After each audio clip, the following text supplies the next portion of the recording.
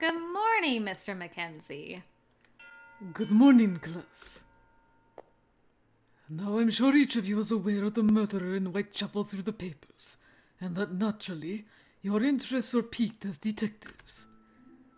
Which is why I feel compelled to state the culprit is still yet to be apprehended, and with how eager you may be for more, I fear you may well act on impulse. It wouldn't do to obstruct the police's investigation. It would be worse if anyone were to find themselves entangled in the case and be injured or killed. You must understand that if they need your assistance, they will ask for it. Until then, stay far away. And under no circumstances are you to think about traveling to the East End to investigate independently. This rather strict warning came straight from the mouth of an officer this morning, and I should say, I haven't been this tense since I was told off for riding my bicycle whilst drunk.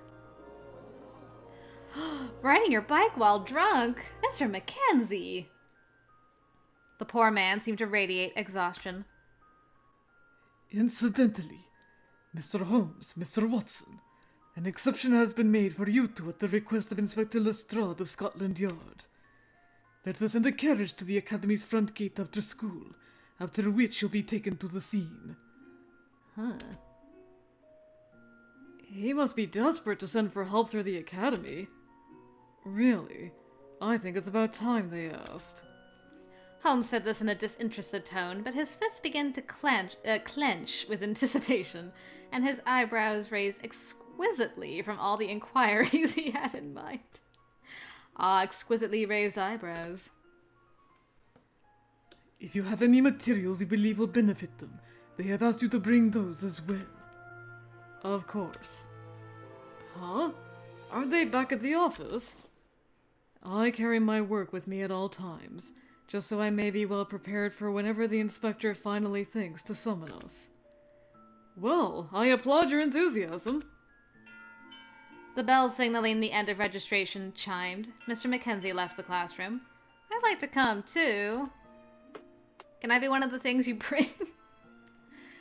I felt it safe enough to begin asking my own inquiries. So you've agreed to investigate the case after school then, Holmes? I have. I had an inkling it would happen. Does your asking mean you're interested in this case to some degree, Miss Whiteley? Oh, very much. It's on the lips of every person in London, so how could I not be? Then come with us to investigate. Aw, he's so straightforward about it. Holmes, you making plays on Jack's route? Meanwhile... What? Is that all right? The yard hasn't asked for my help, so wouldn't I be a nuisance? Dear me, this is disappointing. I thought you had more fire than that. Huh. Holmes's sigh was soft, perhaps from how deflated he already was from my answer. I took you for a real spitfire.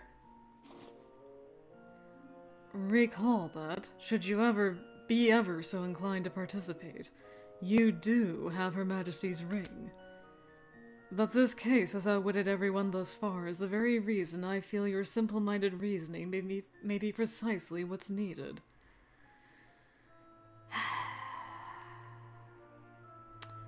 Yeah, just had to ruin the compliment. Did you just insult me? Wait 1 second, Holmes! Watson intervened whilst looking quite sore. Do you know the danger you would put her in by involving her? Are you serious? Deadly, my dear friend. I'm always serious. That you are, and it's so predictable of you that I should never have doubted it. Watson puffed his lips out in an exaggerated huff before facing me. This isn't what you want to hear, Emily, but unlike us, you're a part of the nobility. With this case rumored to be as ghastly as it is, one wrong move could spell the end. I don't agree that you should come. You understand, don't you? I do. Truly, but still. I genuinely appreciated his concern for me, yes, but if there were any doors that would allow me a closer look at this case, I would swing them open without regret. My heart gave an erratic, uncomfortable shudder as I pictured the potential danger waiting before I forcibly dismissed it. I valued an answer to the truth over any pain. So I responded, yeah. I'll get into plenty of trouble, but... You're sweet to be so concerned for me, Watson. But I'm a detective. But I should like to see the crime scene for myself. Even if I can't solve the game, I want to be a part of pursuing the truth. And I can sympathize to a point, but this one involves the slums of the East End. That place is as dangerous as they come. It's not right to take you with us knowing that. Then I shall grab onto the back of the carriage and force my way.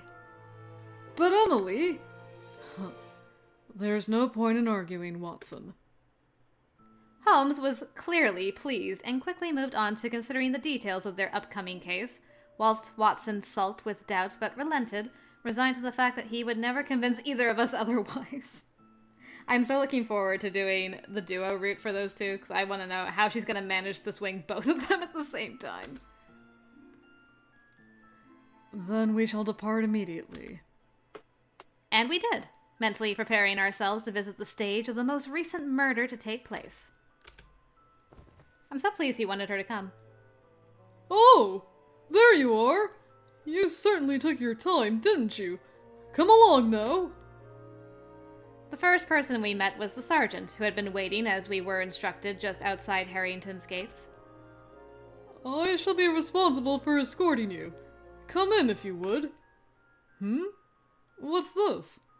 Will you be accompanying us as well, Emily? Please. I won't be getting in the way of the investigation. Did she change out of her school clothes into her noble outfit at school? Am I crazy? I presented my ring to him, and, knowing its worth, he respectfully minimized his disagreement whilst doing nothing to hide a concerned brow. Would you possibly reconsider? I feel the East End isn't a suitable place for an upper-class woman to visit. I'm sorry, sir. I said the same thing. Okay, we all just, magical girled our clothes away. It's like, it's detective time! Alright. I believe we're all aware of her status, but lest we forget, she is also one of Her Majesty's detectives. We should be rejoicing that we have someone so valuable. Holmes, are you well? Despite the insult compliments, I still feel you're being too complimentary. Are you sure you're okay? This seemed to be a fine enough point in Ryan's mind, for he gave no further protests. Yes, I do see what you mean. Perhaps with her help, our investigation will finally make some progress. Very well, then. We'd be honored to have you with us, Emily. Oh, as soon as it benefits you, you can't wait to sing her praises and damn the danger. Did you say something, Watson? Nothing important, apparently. The inspector is waiting for us, so let's make haste. Right away! One by one, we climbed aboard the police carriage. We made our way through the East End. I'd been listening to the steady sounds of wheels on cobblestone, its clack-clack-clacking a familiar song to me, and yet it did nothing to comfort me. The smell is dreadful. The smell which swept the streets was so dense that it perforated the carriage, assaulting my nose and tickling my throat in a disgusting mass. Is this your first time visiting the East End, Miss Whiteley? I've heard stories about it, but no, I've never been here before. What about you two? On a few occasions. Since these murders began, we've been coming to survey the area. I still can't get used to the air here. More than the smell was the sight of something truly disturbing to me. Sitting at the side of the street was a woman surrounded by children. All were filthy, with unkempt, unwashed hair, like the fur of a stray, and their clothes ragged and so mudded in color that I could not decide if they were dirty or dyed. In this part of the city, there are entire families who have but a single room to house them. Holmes seemed to sense my shock. In a low tone, he explained. Some rent places to live, paying by the day, hour, whatever they can afford. And for those who can't afford that, the streets are their beds. Amongst the women, it is not uncommon to resort to selling their bodies in hopes of making enough to live another day. It's a depressing world. Luring them to a quiet area and murdering them would not be a difficult task. Our culprit is someone who cuts down people so desperate to live without making a single sound. Though quiet, I felt the anger at which this case seized him through grinding teeth and clenched fists. Holmes. And, Emily, some of the people on the streets are riddled with skin diseases. Best take care not to get too close. The same for the rats that fill the slums. Don't touch them. I'll be careful, Watson. It's all terrible. If you turned a blind eye to it, I think that would only be natural, but this is the reality. Indeed. I nodded slowly. I don't believe it's possible to truly understand this case whilst choosing ignorance of the happenings here. My conviction now twice its usual strength, we rode in silence till we reached the scene of the murders, the Whitechapel district. The first place we chose to investigate was the site of the last murder. The sun had begun to set by the time we arrived. Eerie shadows creeped around us. Stay back! Don't push! The police had cordoned off the scene, though to their credit it had taken more than a rope to keep onlookers at bay. There were so many who expressed equal amounts of horror and a rapaciousness for more, crying oaths and shoving for a space to view anything heinous. Perhaps less out of fear and more for entertainment. I could not be sure. The crowd made it difficult to maintain a noblewoman's modesty and stay close to my partners. I did manage it as well as I could, at least, and together with the sergeant we ducked beneath the rope to pass. This is where our latest victim, Miss Nichols, was discovered. The body had been carried away long before, but remnants remained. Surely the blots of dark red belonged to her. An artful splatter now stained the ground in an arc. And though enough time had passed to allow the blood to dry, it was impossible to ignore the stench of iron coming from the ground and walls. So this is where she was killed. Such a dreary place. My chest tightened. It was the first time I realized how little a newspaper could convey a tragedy. Yes, in this very spot less than a day prior, there once lay the body of a woman. Her throat had been cut to force her into silence, and the only thing left to do was wait for the end. Alone. In pain. I wondered if this was why the atmosphere felt so oppressive. Inspector Lestrade is in a meeting at the moment, so I shall explain in his stead. He bulleted the details quickly, starting with the most recent murder. The victim was killed last night, with her body being discovered by a patrolling officer. He reportedly heard no screams or loud noises during his patrol. I presume he was one of the officers ordered to patrol after the first two murders occurred. That's correct.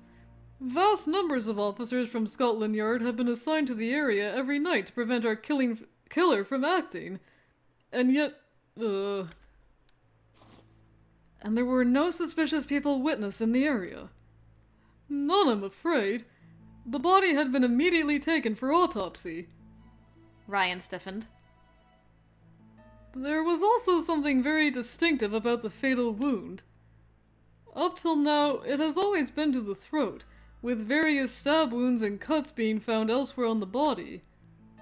This time, as it happens, the only wounds were the throat. Very clean wounds, like that of a surgeon's. One cut was made from left to right, the other from right to left. Neither one showed any less precision than the other.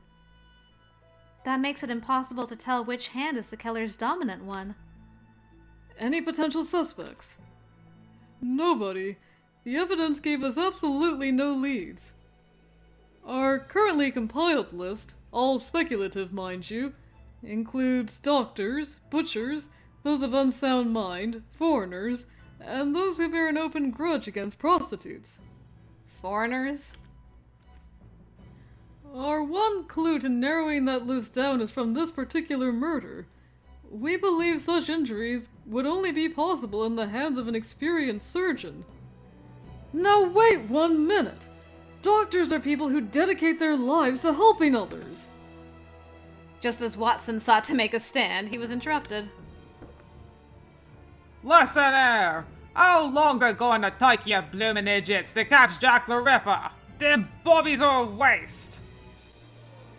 The man roared over Watson, silencing him and creating a dark energy amongst the crowd. Jack the Ripper. We've started using that name too. Killer of the Whitechapel murders is a bit unwieldy, you see. Regardless, we're short on reliable eyewitness accounts, and we lack a strong motive. Everything is pure conjecture. His shoulders sank despondently. Well, I believe you've seen enough here. The autopsy results should be ready if you would let me escort you to where they are next. Very well. Please, step back! We filed again beneath the rope, being very conscious not to corrupt the scene as we left or make strong contact with the seemingly unscrupulous crowd. Ah! I'd failed the attempt completely, instead being caught between so many humid bodies packed together that I was pulled away from the other three. You should be in between the three. Are you at the end? If you're at the end, that is such a dumb thing to do. Step back! Otherwise someone is liable to be injured. I could barely hear the officer's voice. No! I need to get back to them! I can't lose sight of them! I was desperate. I tried to flail and push my way back through in a panic, but I simply wasn't strong enough. And then I felt one anonymous hand reach into my pocket. What? Is that a thief? Stop! As I'd gone to shout, another hand appeared over my mouth. My panic only grew. I couldn't understand what was happening. No! Help! All delicacy was lost to a desire to break free. But all my thrashing was for naught. I was deeper buried within the throng who cared nothing for a helpless girl, and I did not have the strength to defend myself. I tried. I never ceased to stop fighting. All while being dragged away through a swarm of apathy. You guys are all super lame. You had one job. You took a noble woman into a dangerous area for a dangerous crime, and you couldn't even keep hold of her for 2 minutes. 2 minutes! It's not even Foggy Watson. I am so disappointed with all of you. You are all demoted in my mind.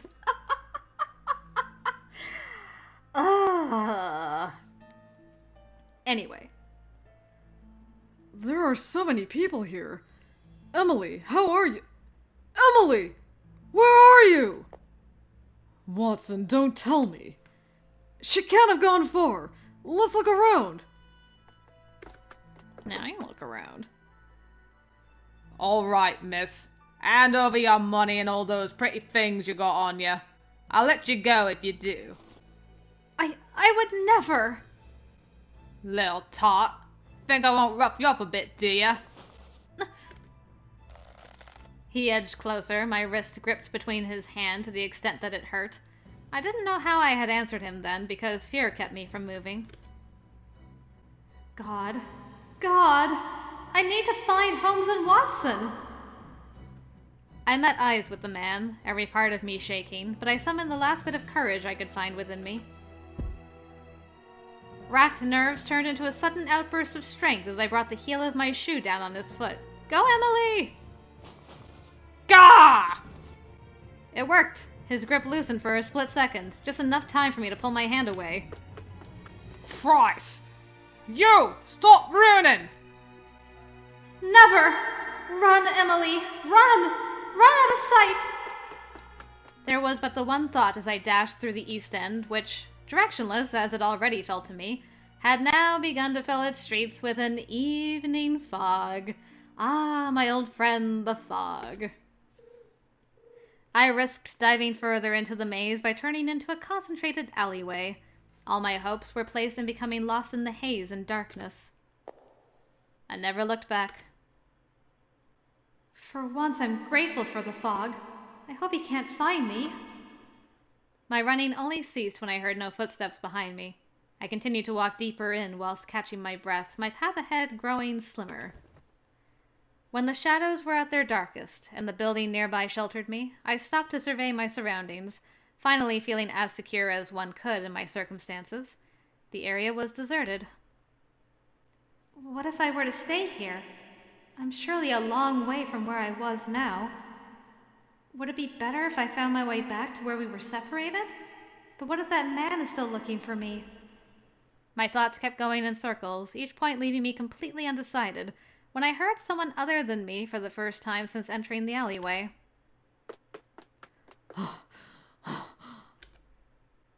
Who is that?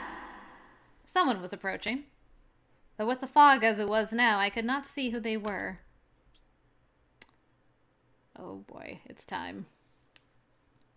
The one thing impossible to miss was an eerie glint edging in my direction. Is that a claw? Ooh, boy, let me look at this. Oh boy. Right then, the moonlight cut through cloud and fog alike to illuminate a second figure. A man wearing a silk hat. Oh right, I forgot they called him the Silk Hatter for a while. Its brim was large enough to shroud his face. But I was in no hurry to discern his facial features after I saw his hands covered by bladed weapons. Each of his fingers were equipped to stab and dig like the claws of a wild animal. No! Those blades rose and hastily approached the running man's throat. No! I drew in a large breath and held it. I couldn't look away. The man struggled to speak, but what came was an unintelligible gurgle through his throat. His clavicle depressed unnaturally. What little breath that could be drawn was stuck fast beneath the blood coagulating within his esophagus. And then he dropped to the ground. Drip, drip of blood. There was no more struggling. No more sound. Nothing. It can't be.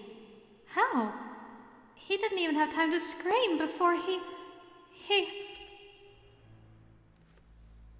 With clothing so dark they blended into the night, it was difficult to catch the motion of the man's silk hat turning downwards to stare down the body.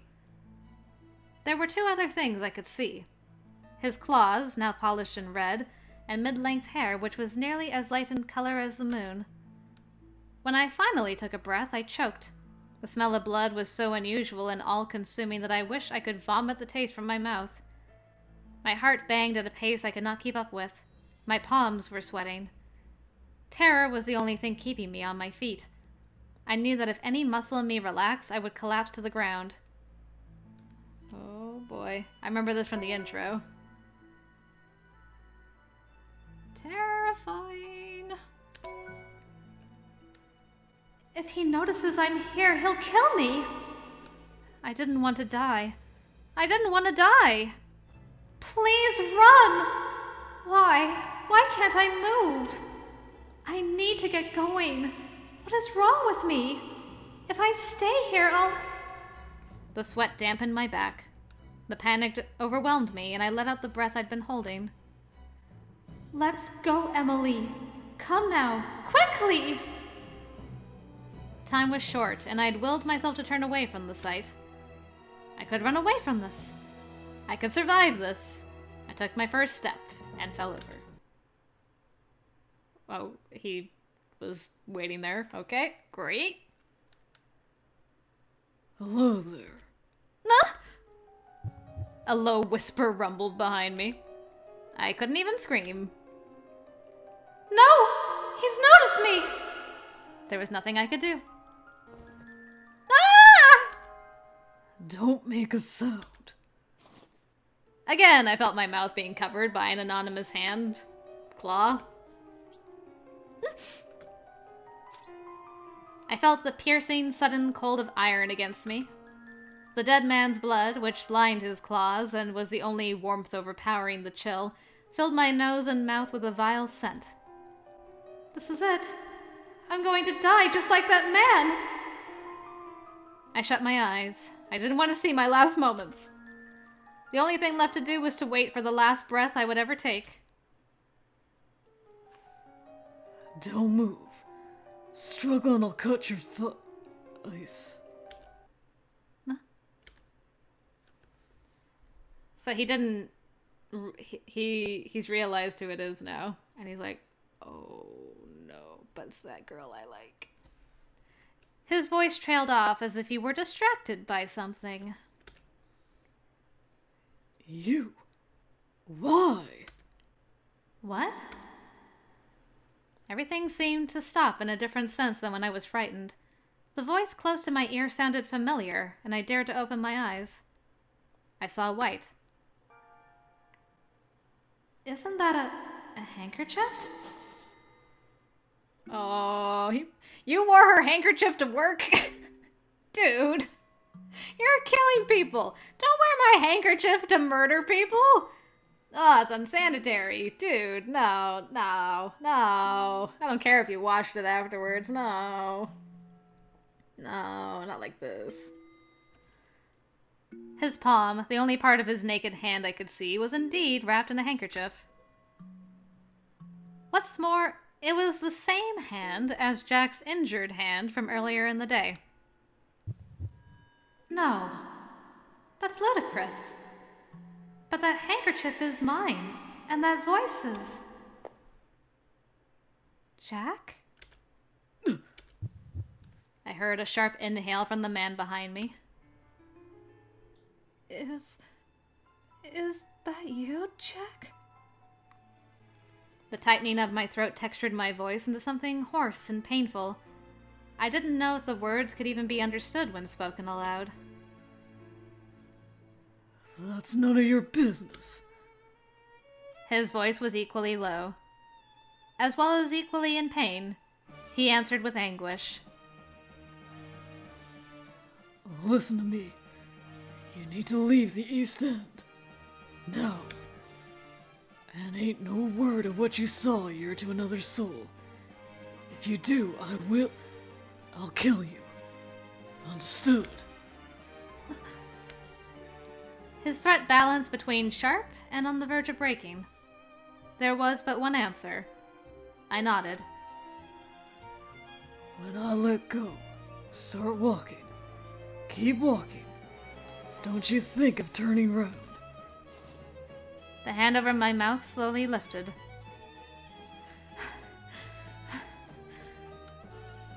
I could finally breathe.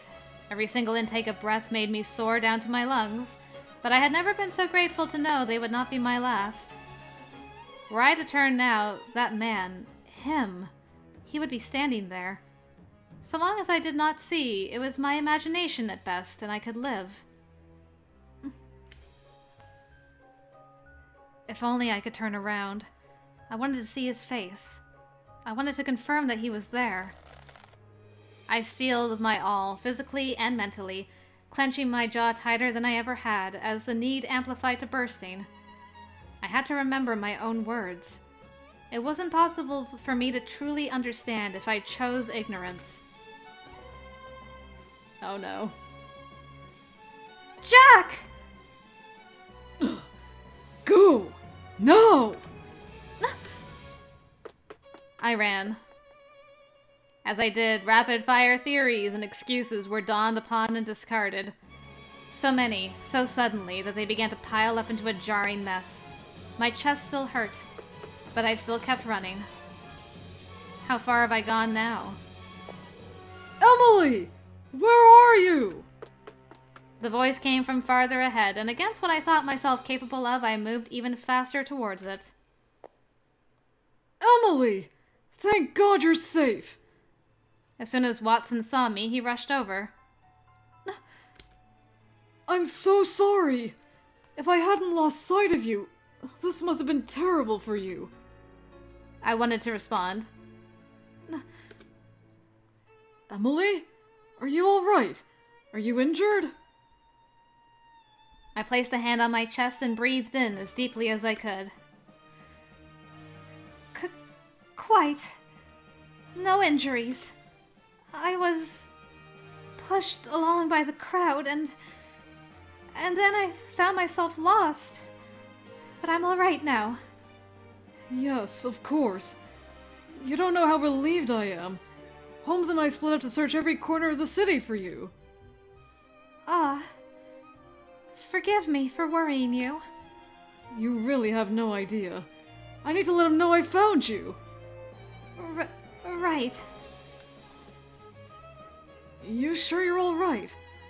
I feel like something's happened and you're not telling me about it. No. Honestly, I'm fine. If Holmes is still searching for me, then we'd best find him now. Let's go. Calm down, I repeated inwardly. Calm down. Calm down. Calm down. It was the only thing to do as I fumbled over an answer to Watson's satisfaction. Not to worry. We have an agreed upon meeting point. Can you walk? I can. As I took my first step, Watson gave me pause. Emily, there's blood in your hair. What? Was it from when he was behind me? Tell me what happened! You really are hurt! I'm not! Really! It's likely from when I was being pushed around in the crowd. Certainly, that must be it. Do you see how you're behaving? You're shaking like you're terrified of something. He watched me sincerely, leaning close as if to comfort me. Part of me had hoped to reward that as a friend, but I knew that I couldn't. Please, Watson. I promise that nothing's wrong. Let's be off, shall we? He offered his hand. I accepted, but fretful as I was in wake of the affair, my grip was very weak. Dang, both Watson and Holmes are making plays. Emily. Instead, he grasped a little more tightly to mine. Watson had the amazing ability to be so kind that it hurt as much as any wound. The guilt now settled in.